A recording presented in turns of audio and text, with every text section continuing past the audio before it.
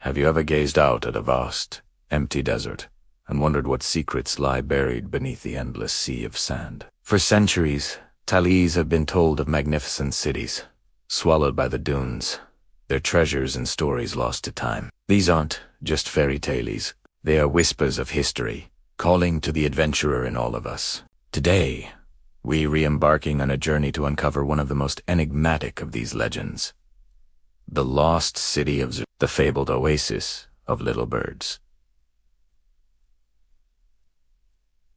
For thousands of years, rumors of a city of unimaginable wealth, a white city shimmering like a pearl in the heart of the Sahara, have captivated explorers and historians. Ancient Egyptian texts mention it. Greek scholars wrote about it, and Bedouin tribes have passed down stories of its ghostly ramparts for generations. But was it real, or just a mirage, a trick of the desert heat and human desire? Our story begins not with a map, but with a piece of pottery. In the early 20th century, a British explorer named L.S.L. Almasi, yes, the real-life inspiration for the English patient, was obsessed with the legend of Zerzura. He wasn't just chasing gold, he was chasing history. He believed that the tales weren't just myths, but fragmented memories of a real place, a thriving civilization that existed long before the Sahara became the arid landscape we know today. Imagine this. 10,000 years ago, this very desert was a lush savanna, teeming with life. Rivers flowed, lakes glistened, and early humans painted vivid scenes of giraffes and swimmers on cave walls. This is the world where Zerzura might have been born. As the climate shifted and the sands began to encroach, this city, a center of trade and knowledge, would have faced a choice: adapt or be forgotten. The legend says they built great walls to hold back the desert, but even stone and determination are no match for the relentless march of time and sand. Almasi and his contemporaries, like Ralph Bagnold, were pioneers of desert exploration. They didn't have GPS or satellite imagery. They used sun compasses, celestial navigation, and sheer grit. They drove rickety Ford Model A's across uncharted territories, facing sandstorms, vehicle breakdowns, and the constant threat of dehydration. Their diarists read like adventure novels, filled with tantalizing clues. They found ancient trade routes, pottery shards from distant lands, and mysterious rock carvings that seemed to point the way. One of their most significant discoveries was the Cave of Swimmers in the Gilf Kebir Plateau on the border of Egypt and Libya. The breathtaking paintings inside depicted people swimming, a surreal image in the middle of the world's driest desert. This was concrete proof of a forgotten, greener past. It was the key that unlocked the possibility that a large, settled community like Zerzura could have existed here. It fueled their search, pushing them deeper into the unknown.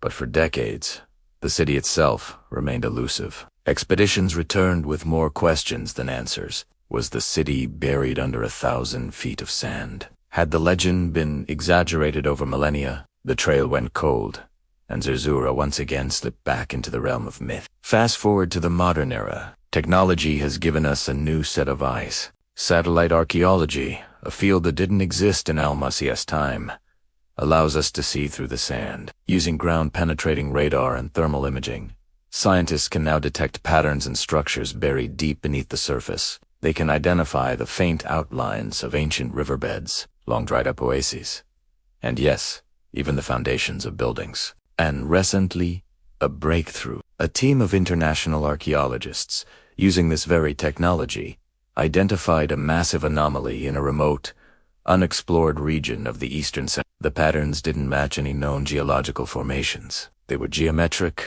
orderly, and vast. They showed the distinct layout of what appears to be a large, walled settlement, complete with a central plaza and what could be residential districts. Could this be it? The initial ground surveys are nothing short of spectacular. Archaeologists have unearthed the tops of stone walls, perfectly preserved by the dry sand. They've found pottery unlike any seen before, with unique glazes and patterns. Most excitingly, they've found tablets inscribed with a completely unknown pictographic language. It's a Rosetta Stone moment waiting to happen. The deciphering of these texts could rewrite everything we know about early civilization in North Africa. Imagine walking through these excavated streets. You'd see houses built from white limestone, the very material that gave Zerzura its nickname, the White City. You might see the remnants of sophisticated irrigation canals, evidence of how they managed to survive as the world around them turned to dust.